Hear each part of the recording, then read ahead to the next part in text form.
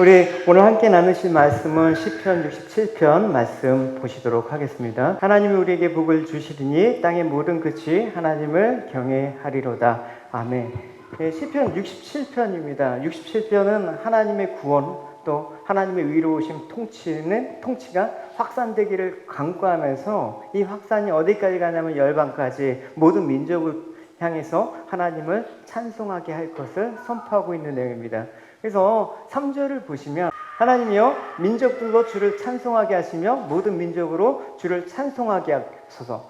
이 본문을 보면 항상 반복되는 단어나 구절이 있으면 그게 핵심 내용이라는 것을 여러분 파악할 수가 있습니다. 똑같이 5절에서 반복되고 있습니다. 하나님이여 민족들로 주를 찬송하게 하시며 모든 민족으로 주를 찬송하게 하소서. 반복된다라는 것은 이 시편의 주제이기도 합니다. 그래서 하나님의 도가 열방에 전파되고 하나님의 구원의 은총이 모든 민족에게 확산되기를 간구하는 시인의 간절한 심정을 반영하는 시편이라고 할 수가 있습니다. 그래서 시편 67편은 우리가 흔히 별칭으로 성교의 노래라고도 얘기를 합니다. 그래서 이 시편 67편을 주제로 많은 어떤 CCM이나 찬양들이 이렇게 작사되어지고 있습니다.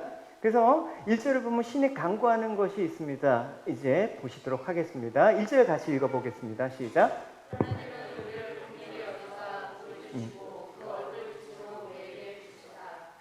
여기서 하나님께서 그 얼굴 빛으로 우리에게 비추사라는 그 말은 사실은 우리를 긍휼히 여겨달라고 하는 말과 동일한 의미입니다. 강조한 것이죠. 그래서 하나님이 긍휼하게 여기시다라는 그 본래 의미가 어떠냐면 그 아랫사람에게 호의를 베풀다라는 그 원래 의미가 있습니다. 그러니까 호의를 베푸는데 내가 이렇게 해주면 저 사람이 나한테 대가로 이렇게 해주겠지. 이게 호의가 아니라 내가 그냥 저 사람이 어떤 대가를 바라지 않고 일방적으로 베푸는 그 호의를 긍휼히 여기다라는 것입니다. 그래서 그 진심으로 느껴지고 진심으로 저 사람을 사랑하지 않으면 대가 없이 모든 걸 주기가 힘들어요. 여러분 한번 보십시오. 부모와 자식 관계도 우리가 거래 관계가 될 수 없는 까닭은 뭐예요? 내가 자녀한테 이걸 해주면 얘가 나중에 이거를 갚겠지라는 마음으로 해주는 부모 없을 겁니다. 왜냐하면 자식을 사랑하기 때문에. 그게 긍휼히 여기다라는 것입니다. 그래서 이 하나님이 우리를 긍휼히 여겨달라고 하는 이 시인의 고백은 하나님께서 우리에게 호의를 베푸시고 또 우리를 축복해 주시지 않는다면 우리는 정상적인 삶을 살 수가 없습니다 라는 그 고백과도 같은 것입니다. 그래서 시인의 이러한 인식은 우리에게 필요한 매우 올바른 인식이라고 할 수가 있습니다. 우리 인생이 하나님의 긍휼하심을 근거로 한 축복이 없다 그러면 한순간도 살아갈 수가 없음을, 한순간도 온전하게 버틸 수 없음을 우리는 알 수가 있습니다. 그렇기 때문에 모세가 그 이스라엘 백성들을 축복할 때 대제사장 그 아론에게 백성들을 위해서 기도할 때 이런 축복 기도를 하라라고 얘기했습니다. 우린 이 기도를 너무나 잘 알고 있습니다. 왜냐하면 맨 마지막에 축도를 제가 인용을 하기 때문에 그렇죠. 요한은 내게 복을 주시고 너를 지키시기 원하며 요한은 그 얼굴로 내게 비추사 은혜 베푸시기를 원하며 요한은 그 얼굴을 내게로 향하여드사 평강 주시기를 원하노라 할지니라 하라. 그들은 이같이 내 이름으로 이스라엘 자손에게 축복하시니 내가 그들에게 복을 주리라. 축도 끝났습니다. 가십시오. 그래서 하나님께서 친히 이렇게 축복하라고 하고 또 하나님께서도 당신의 사람을 세우실 때도 먼저 그들에게 축복을 하셨습니다. 그러니까 너희들이 이러이러 해갖고 이런 일들을 하잖아. 내가 축복을 줄게. 그런 축복이 아니라 그냥 일방적으로 축복하는 것입니다. 여러분 창세기 1장에 소개된 창세기 기사를 잘 알지 않습니까? 하나님께서 이 세상을 말씀으로 창조하시고 하신 일이 무엇입니까? 가장 먼저 한 일이 뭐냐면 세상과 사람을 축복한 일이었습니다. 그래서 창세기 1장 28절에 하나님께서 그들에게 복을 주셨다. 그래서 그들에게 이르셨다. 먼저 복을 주시고 할 일을 알려주셨어요, 여러분. 그러니까 우리는 뭔가 일을 할 때마다 항상 어떤 복을 기대하고 하지만 하나님 우리에게 그런 걸 요구하신 게 아니라는 사실입니다. 그러니까 우리가 예배를 잘 드리고 내가 믿음 생활을 잘하고 내가 기도를 하고 내가 열심히 신앙생활을 하면 하나님께서 복을 주신다. 이렇게 한다 그러면 어떻게? 되게 피곤한 거예요. 그죠? 그러니까 내가 기도도 하나님께 복을 받기 위해서 기도하고 내가 열심히 신앙생활하는 거 하나님께서 나를 복을 주실 거야. 이런 마음이 아니라 하나님께서 먼저 복을 주셨다니까요. 내가 복된 자이기 때문에 헌신을 하는 거고, 내가 복된 자이기 때문에 내가 주님께 내 삶들을 드릴 수가 있는 것입니다. 대가를 바라고 하나님께서 축복을 주시지 않았다는 것입니다. 그래서 하나님께서 아브라함을 부르셨을 때도, 모세를 부르셨을 때도, 또 야곱을 부르셨을 때도 먼저 그들에게 축복을 하셨습니다. 그래서 이 축복은 우리에게 단지 물질적인 필요만을 충족시키는 것 이상의 의미를 가지고 있다는 것입니다. 만약에 이 땅의 것이라면 어떻게 하겠습니까? 너 열심히 해, 열심히 살아, 내가 건강 줄게, 너 열심히 하면 내가 돈 줄게, 뭐 이런 식으로 얘기했겠죠. 근데 하나님께서 우리가 이 세상에서 그 살아가는 것은 그 이상이에요. 왜냐하면 우리가 이 세상에서 숨쉬고 살아갈 수 있는 거, 하나님을 아버지라고 부르면서 하나님과 교제할 수 있는 것, 험한 세상 가운데 오늘도 평안히 지날 수 있는 이 모든 사실은 하나님의 축복 없이는 절대로 있을 수 없는 일입니다. 여러분, 돈이 있어서 지금 이 자리에서 우리가 숨을 쉬고 사는가요? 아니잖아요, 여러분. 내가 건강이 있어서 그것도 일시적인 거잖아요. 궁극적으로 하나님께서 우리에게 살아갈 수 있는 모든 것들을 보내주셨기 때문에 여러분 생각해 보십시오. 우리가 대단한 존재라고 착하고 정말 화성까지 우주선을 착륙시킬 만한 대단한 존재라고 생각해도 우리가 몇 분 동안 공기 마시지 못한다면 그 인생은 계속될 수가 없습니다. 하나님이 햇빛을 비춰주시는 것도 마찬가지입니다. 우리가 밟고 있는 이 땅도 마찬가지입니다. 그래서 우리를 하나님께서 긍휼히 여기시고 하나님의 은혜를 공급해서 우리가 오늘도 살아가는 이 모든 것들을 유지하게 하시고 은혜를 베푸셔야지 우리가 생명을 유지하면서 살 수 있다라는 것을 우리는 알 수가 있는 것입니다. 그래서 우리가 우리 힘으로 살아가는 것 같은데 사실은 하나님께서 긍휼히 여겨주심으로 말미암아 살아가고 있는 것입니다. 할렐루야. 우리가 땀 흘려 수고함으로 무엇을 얻는다고 해도 하나님께서 우리를 긍휼히 여겨주실 수 있음으로 말미암아 일할 수 있는 힘과 능력이 있기 때문에 일을 하게 되는 것이죠.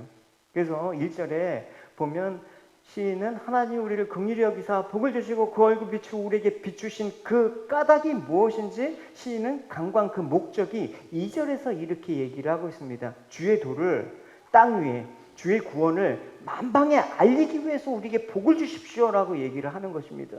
여러분, 우리가 주의 도라는 것은 무엇입니까? 주의 도라는 것은 우리가 하나님의 언약, 영생이 있는 길, 또 하나님의 뜻, 인간을 향한 하나님의 은혜로운 길, 또 구체적으로 말하면 신약에서 복음이라고 할 수가 있습니다. 근데 이 주의 도가 바로 주의 구원과 대꾸를 이루고 있단 말입니다. 그러니까 시인이 하나님의 축복과 지혜와 명철의 빛을 우리 가운데 가득 차게 해주심으로 말미암아 우리가 하나님의 구원의 은총이 만민에게 퍼지길 원합니다. 흘러가길 원합니다. 라는 이 시인의 바람이 오늘 시편의 고백이라고 할 수가 있습니다. 결국 시인의 그 1절에서 긍휼히 여기고 주의 얼굴빛을 비추게 하는 시인의 기도는 나만 잘 먹고 이 땅에서 형통하게 되기를 바라는 이기심과 탐욕이 아니라 보다 넓고 깊은 영적인 통찰력에서 정말 열방이 구원을 얻기를 바라는 하나님의 소원에 대한 깊은 어떤 영적인 통찰력에서 비롯된 것임을 알 수가 있습니다. 그래서 여러분, 이러한 신의 강구는 하나님이 인간을 향한 사랑과 자비와 또 은혜로 그 얼굴을 드시고 영혼을 우리에게 각성시키시고 깨닫게 하시고 우리의 어두운 내면을 비추시지 않는다면 여러분, 이 세상에서 우리가 무지하고 우둔한 삶을 살아갈 수밖에 없음을 절실하게 깨닫는 자의 고백이라고 할 수 있는 것입니다. 역설적으로 무엇입니까? 하나님만이 우리 인생의 빛이 되시다. 하나님만이 우리의 구원이 되심을 확신하면서 매 순간 구하는 거예요. 매 순간 내가 하나님의 인도하심과 하나님의 빛의 인도하심이 없으면 내가 살아갈 수가 없습니다. 근데 이 빛이 나에게만 비추는 것이 아니라 열방도 비치길 원합니다라는 신앙적인 삶을 촉구하는 그 고백이 이 시인의 고백이란 말입니다. 여러분, 인간이 가진 작은 이성의 빛으로 우리는 밝힐 수 없는 절망과 어둠, 무지로 가득 찬 이 세상들을 바라보면 답이 없지 않습니까? 우리가 지혜가 있습니다. 또 세상 이치를 어느 정도 파악할 수 있는 지식을 가지고 있다지만 깜깜한 밤에 여러분 반딧불과 같은 거예요. 그 반딧불 하나가 세상을 밝힐 수는 없는 것입니다. 결국은 한 치 앞도 내다볼 수 없는 우리 인생길, 또 광대하신 하나님이 우리에게 허락하신 구원의 길들을 우리 이성과 우리의 지식으로 우리의 노력으로 찾는다라는 것은 마치 반딧불이 어두운 세상을 밝힌다라고 하는 것과 다름이 없는 것입니다. 그렇기 때문에 여러분, 세상에서 행복이란 무엇인가라는 그 물음에 있어서 그 행복할 수 있는 그 방법을 찾아서 헤매는 인간들에게는 이 세상에 행복이란 존재하지가 않는 거예요. 여러분, 누구라도 세상에서 참된 행복을 얻고자 한다면 그 사람은 지혜로운 사람이겠습니까? 어리석은 사람이겠습니까? 예를 들어 보겠습니다. 여러분, 만약에 미모의 여인이 있다고 생각을 해봐요. 어떤 자매가 이효리만 보면 내가 저 사람 참 행복하겠다. 모든 걸 다 갖췄어. 그렇게 생각하는데 그 여자들한테는 뭐가 행복의 기준 조건이에요? 미모가 행복의 기준의 조건으로 자리를 잡았다라는 것입니다. 또 많은 부를 축적하고 원하는 대로 마음껏 돈을 쓰면서 살아가는 부자들 보면서 저 사람 참 행복하겠다라는 생각을 가진다면 그 사람의 행복의 기준은 뭐예요? 돈이에요. 돈이 있으면 행복하다. 이게 딱 자리가 잡힌 거예요. 또 어떤 사람이 부모에게 효도하고 사회적으로 성공한 자녀를 뒀다. 그러면서 그 자녀를 바라볼 때 그 부모를 동경하는 그 사람.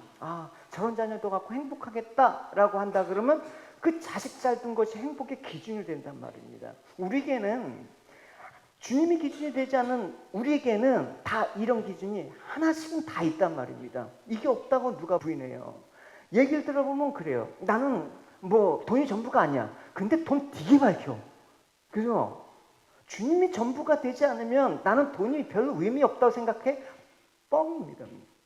나는 이런 외모가 전부라고가 아니야. 내면 중에 그런 사람이 더 밝혀.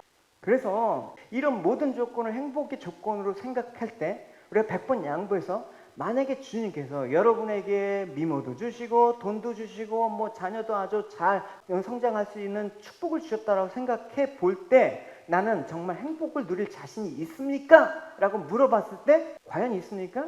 여러분 주변을 보십시오. 돈 많다고 하는 사람이 여러분 행복하다라고 한 사람 있습니까? 행복해 보이려고는 하는데 행복하다고 정말 진심으로 느낄까요? 자녀가 여러분 똑똑해갖고 잘 됐다고 할 때 행복하다고 하는데 여러분 행복을 느낄까요? 들어가 봐요. 부모와 자녀 간에 있어서 또 아주 힘든 게 있단 말입니다. 여러분 한번 제가 말이 무슨 얘기인지 한번 키워보시면 알 거예요, 여러분. 그러니까 예수님께서 그런 거예요. 너희들이 그걸 행복이라고 지금 찾고 그것만 있으면 행복하다고 여길 건데 봐라, 사람이 만일 온 천하를 얻었으면 너가 모든 걸 미모를 가졌고 부도 가졌고 자식도 잘 뒀다. 근데 너 목숨 잃으면 무엇이 유익하냐? 사람이 무엇을 주고 제 목숨과 바꾸겠냐? 이 말씀을 왜 하십니까? 죽음 앞에 딱 섰을 때 모든 것을 잃어버리는 존재가 바로 사람이란 말입니다. 여러분 돈 있다고 여러분 천년만년 살 것 같습니까? 여러분 얼마나 영화를 누리겠다고 여러분 그렇게 살아갑니까? 죽음 앞에서 너희들이 어떤지 생각해봐라. 너가 천하를 얻었더라도 그게 죽음을 막을 수 있을 것 같아? 팽팽했던 젊음도 세월과 함께 흘러가 버리면 볼품없는 육체만 남게 되는 것입니다. 그 육체마저도 흙으로 돌아가는 게 우리 인생입니다. 그런 인생이기 때문에 비록 천하를 잠시 얻을 수 있죠. 열심히 살다 보니까 돈도 얻을 때가 있죠. 근데 그 천하를 얻은 게 결국 행복하냐? 그게 전부이냐? 만약에 생명을 너 앞에 두고 목숨과도 바꿀 수 있는 거라고 생각하냐? 아무도 없을 것입니다. 죽음을 앞두고 행복할 수 있는 사람이 누가 있냐고요. 만약 있다면 있어요. 누구입니까? 세상에 눈을 돌리지 않는 사람. 그 이름이 바로 성도. 할렐루야. 그리스도인. 죽음을 앞에 두고 행복할 수 있다면 그것은 내가 지금 행복이라고 여기는 그 어떤 것도 바라보지 않고 세상이 규정하고 있는 행복이라는 것들에 대해서 눈을 돌리지 않고 천하를 얻었다고 해도 죽으면 소용이 없다라는 걸 아는 사람. 그러니까 죽음을 앞에 두고 행복할 수 있다면 죽음을 뛰어넘는 뭔가가 있는 사람. 그게 뭡니까? 그리스도. 할렐루야. 그리스도는 생명이다. 그 생명이 내 안에 있으면 죽음을 뛰어넘는 그리스도로 인해서 나는 행복하다라고 말하고 있을 수가 있는 것입니다. 그러니까 참 생명을 아는 사람은 이 세상에 어떤 것도 또 설사 죽음이라도 내 영혼을 지옥으로 떨어뜨리지 못하게 하는 그런 주님의 붙드심을 잊고 우리는 참된 생명을 찬양할 수밖에 없는 것입니다. 그러니까 참된 생명은 십자가에서 죽으시고 부활하신 예수 그리스도 한 분밖에 없는 것입니다. 죽음을 이기고 영원한 생명이신 예수님이 참된 생명이고 그 생명이신 그리스도를 알게 되는 것이 행복하는 것입니다. 나는 행복해요. 죄사 받았으니 아버지 품 안에서 영원토록 살아요. 그게 행복이죠, 여러분. 그러니까 그리스도를 알게 되는 이 행복이 너희들한테 있느냐? 이런 사람은 세상을 바라보는 것이 아니라 그리스도만을 바라보는 것입니다. 그리스도를 세상에 보내신 하나님의 긍휼과 하나님의 사랑을 찬송하게 되는 것입니다. 이런 세상을 여러분 바라보십시오. 이런 세상의 실체를 두고 생각한다면 우리가 하나님의 긍휼하심을 읽고 하나님의 긍휼을 깨달은 이 사실이 얼마나 감사한 겁니까? 내가 지금 예배 나와서 하나님의 긍휼하심을 찬송하고 있어. 이것이 얼마나 기쁜 사실입니까, 여러분? 예배가 우리의 생명입니다. 할렐루야! 여러분, 이 세상에 하나님의 긍휼이 필요 없는 사람은 없습니다. 역시 이 시대 가운데 하나님의 긍휼을 받을 수 있는 이 은혜가 얼마나 감사한지 은혜인지 아는 사람은 다른 데 눈을 돌리지 않습니다. 결국은 10명의 문둥병자 중에서 누구만 돌아왔습니까? 한 사람만 돌아왔습니다. 다 고침을 받았고 일상으로 돌아가고 이제 가정 가운데 이제 돌아가니까 주님께 돌아오는 것을 잃었네. 은혜를 받은 사람은 그 은혜가 아니라 은혜를 주신 분을 생각해요. 믿음은 믿음으로 인해서 얻어진 이 땅의 것이 아니라 믿음을 주신 분을 생각해요. 그러니까 한 사람만 돌아오는 거예요, 여러분. 내게 주신 이 복을 아는, 내게 주신 이 복을 주신 분, 참된 생명을 주신 분, 그리스도를 바라보는 거예요. 이 세상에 바라봐야 될 것은 그 예수님 한 분밖에, 그 예수님을 보내신 하나님의 긍휼하심을 그래서 찬양하게 되는 것입니다. 여러분, 우리가 믿음을 산다면 그래서 세상 전부를 얻은 것보다 더 큰 복과 은혜를 누리고 있는 성도라는 사실을 여러분 잊으시면 안 됩니다. 우리가 믿음을 산다면 세상의 경제 불황이니 뭐 이런 것들 문제가 되죠, 여러분. 저는 어려움들이 물론 있죠. 근데 우리는 이미 은혜와 하나님의 사랑 안에서 돈으로 살지 않고 믿음으로 사는 법을 터득한 사람이에요. 할렐루야. 사도 바울이 그 얘기를 하는 거예요. 빌립보서에 내가 궁핍함으로 말하는 것이 아니라 어떤 형편이든지 내가 자족하기를 배웠으니 내가 비천에 처할 줄도 알고 풍부에 처할 줄도 알아. 모든 일에 배부르며 배고픔과 풍부와 궁핍에도 일체의 비결을 배웠다. 그리스도 안에서 배고프고 배부름과 풍부와 궁핍 모든 일체의 비결을 배웠기 때문에 내가 배고파도 흔들리지 않아. 내가 고난을 당해도 흔들리지 않아. 내가 좀 어려워도 궁핍 가운데 있어도 흔들리지 않아. 세상은 배불러도 문제, 배고파도 문제예요, 여러분. 배부를 땐 교만해서 문제, 배고프면 원망해서 문제. 이게 하나님의 긍휼을 알지 못하고 영원한 사망으로 치닫고 있는 인간, 세상의 현실, 실존을 바라보지 못하기 때문에 그런 것입니다. 여러분, 우리가 믿는 사람이라고 우리는 안심할 게 아닙니다. 기독교인이라고 얘기가 아니라는 것입니다. 교회를 다니면서도 우리가 사망에 처해진 자에게 주어지는 하나님의 긍휼하신 복이 아니라면 자기 것을 챙기기 위한 수단으로 예수를 찾는다라는 것입니다. 그래서 십자가에 죽은 예수님은 싫을 수밖에 없는 것입니다. 예수를 믿는데 난 예수 믿어. 그러나 십자가에 죽은 예수를 믿지 않아. 하나님께서 우리에게 복을 주시면 나를 이 땅에서 잘되게 하는 예수만 믿으면 되지. 이게 사실은 여러분 소수의 어떤 일각의 현상이라고 부르는데 이게 온통 만연된 기독교에 만연된 사실이라는 것에 대해서 우리는 통탄을 금치 못해야 되는 것입니다. 그래서 6절에 보면 땅이 그 소산을 내었도다. 하나님 곧 우리 하나님이 우리에게 복을 주시리로다 라고 얘기했습니다. 여기서 말한 땅은 이스라엘이 이제 가나안 땅에서 얻은 소산입니다.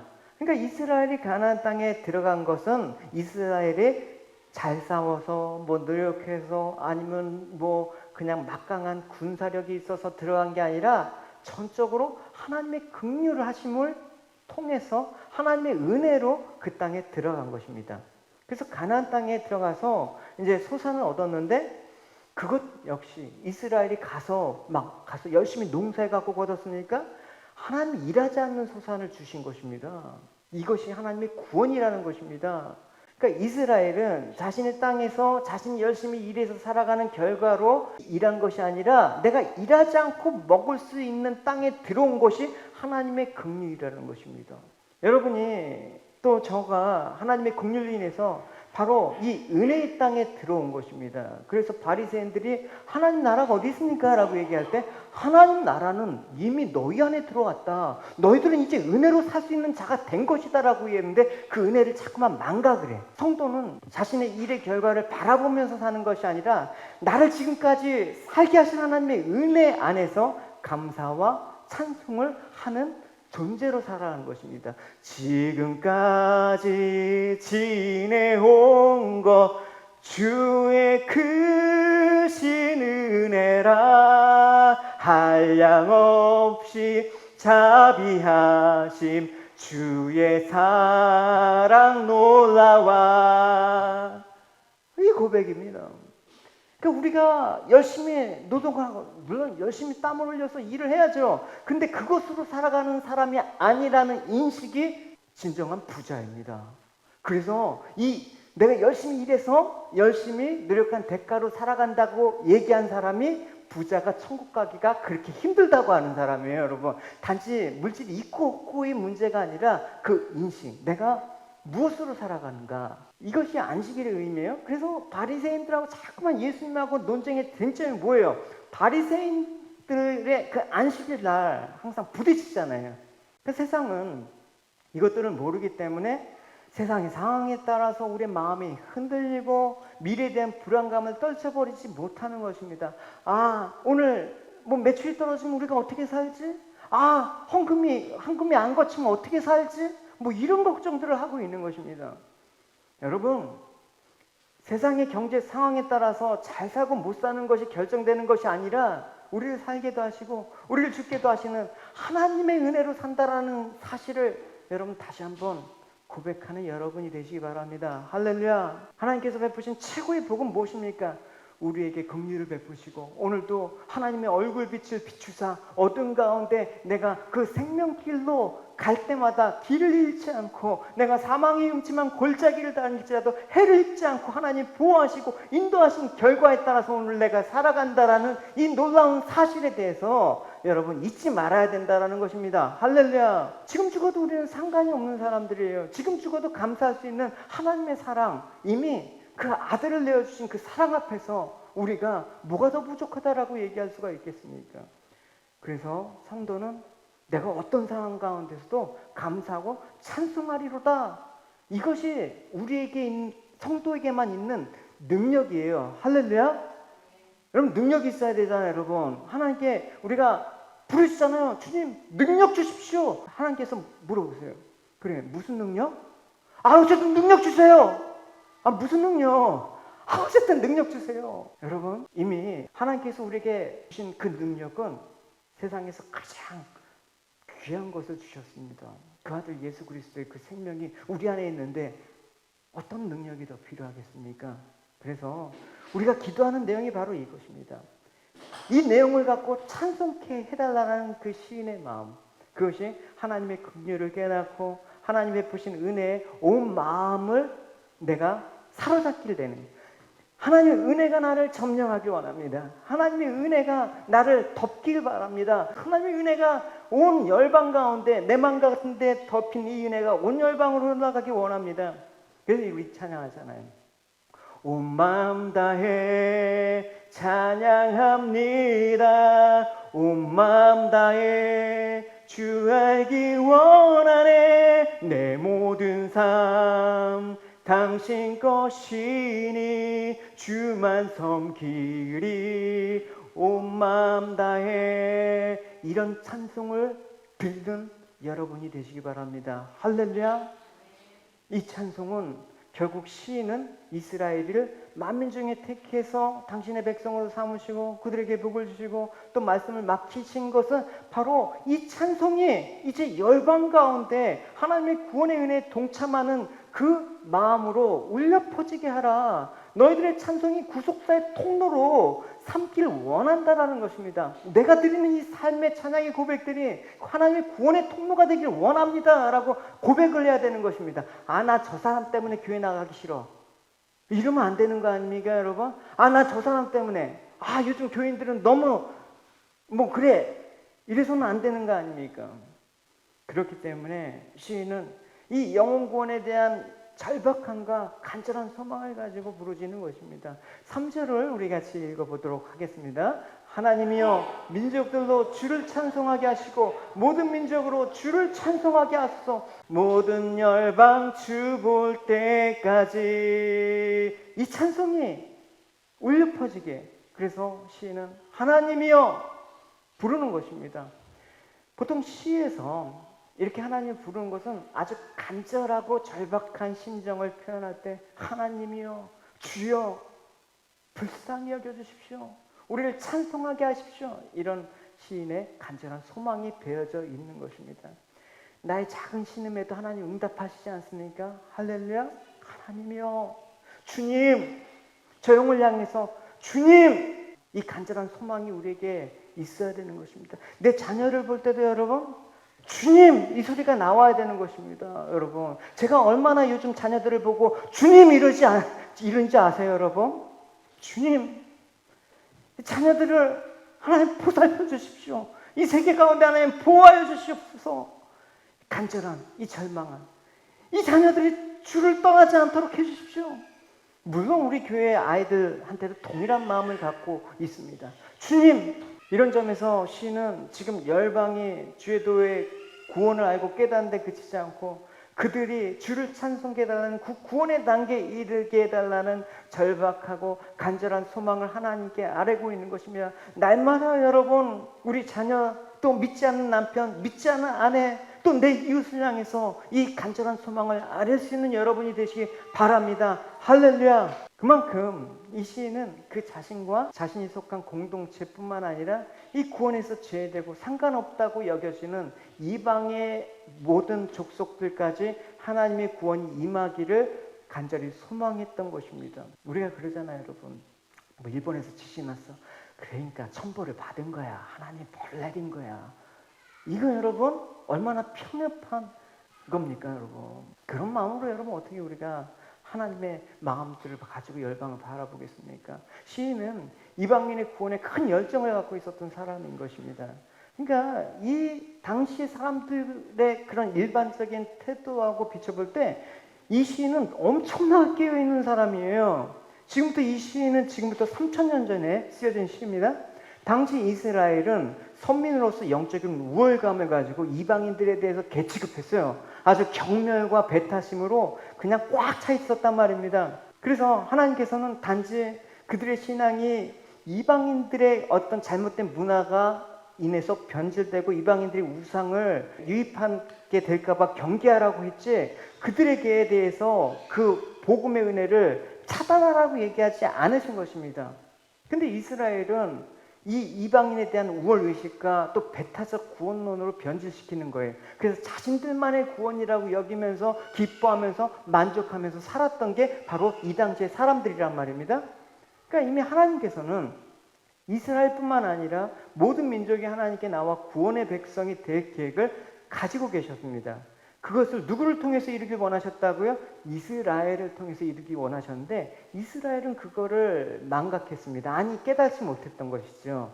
이사야 선지자를 통해서 그래서 말씀하시기를 내가 내 종이 되어 야곱 지파와 살아남은 이스라엘 백성을 돌아오게 할 일은 작은 일이다. 더욱이 내가 너를 온 민족의 빛으로 삼아 세상 끝까지 나의 구원에 이르게 할 것이다.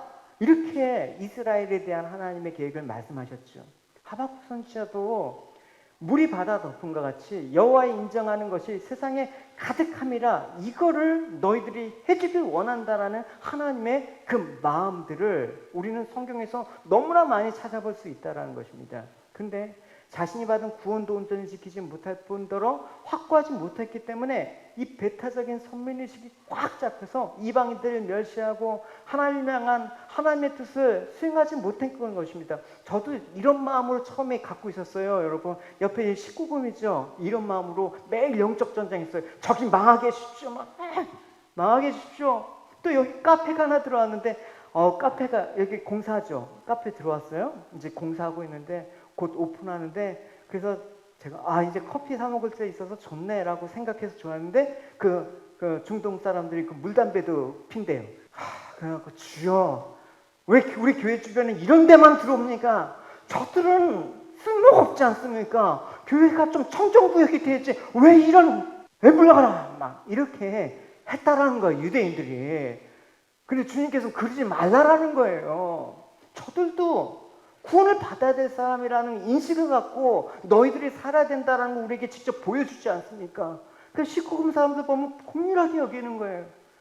그 죄에 동참하라는 얘기가 아니라 저 사람들도 하나님의 긍휼하신 은혜가 임하길 원합니다 라고 기도하면서 지나가. 저주하지 말고. 저 19금 사장하고 저랑 안면이 있어갖고 친해요. 왜냐면 저기 전기세 때문에 막 하면서 막 컴플레인 하면서 제가 이제 들어주면서 파스타라니까 이러고 뭐 지나가면 그 나오다가 이러고 뭐라고 하겠습니까? 주님의 긍휼하신 은혜가 이 사람에게도 임하길 원합니다. 그런 마음으로 살아야죠. 아무리 겨자씨앗같이 보잘것없고 아무리 이른 양 한 마리가 99마리 양보다 보잘것없다고 하더라도 구원의 자격이 없다고 하더라도 저 사람 세리, 이방인, 창녀 예수님께서는 그 사람이 필요해서 오셨는데 근데 우리는 바리새인과 같은 모습으로 하나님의 구원은 우리들만의 것이야. 이게 과연 옳은 마음인가? 라는 생각을 우리는 해봐야 되는 것입니다. 오늘날 이 시대 가운데 우리에게 주신 이 막대한 사명을 여러분 우리는 이제 깨어서 나가야 되는 것입니다. 그래서 4절은 시인이 열방이 기쁘고 4절 읽어봅시다. 자.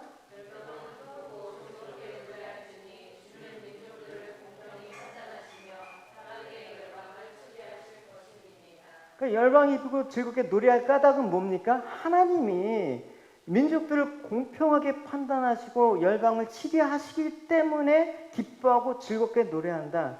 그러니까 여러분 생각해 보십시오. 열방이 기쁘게 하나님을 찬양하는 것과 하나님이 열방을 공평하게 판단하시고 치리하는 것과 무슨 상관관계가 있습니까? 우리는 이렇게 생각하죠. 하나님 저 나쁜 놈들을 판단하셔갖고 심판으로 멸하여 주십시오.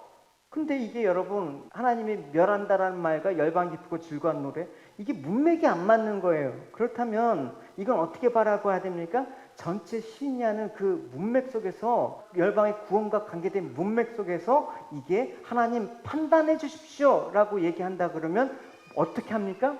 하나님 모든 민족을 대하심에 있어서 차별이 없게 해주십시오. 저들도 구원을 받아야 될 사람이라는 것을 알게 해주십시오. 저들도 불쌍한 사람이라는 것을 우리가 바라보게 해주십시오라는 그 말과 같은 것입니다.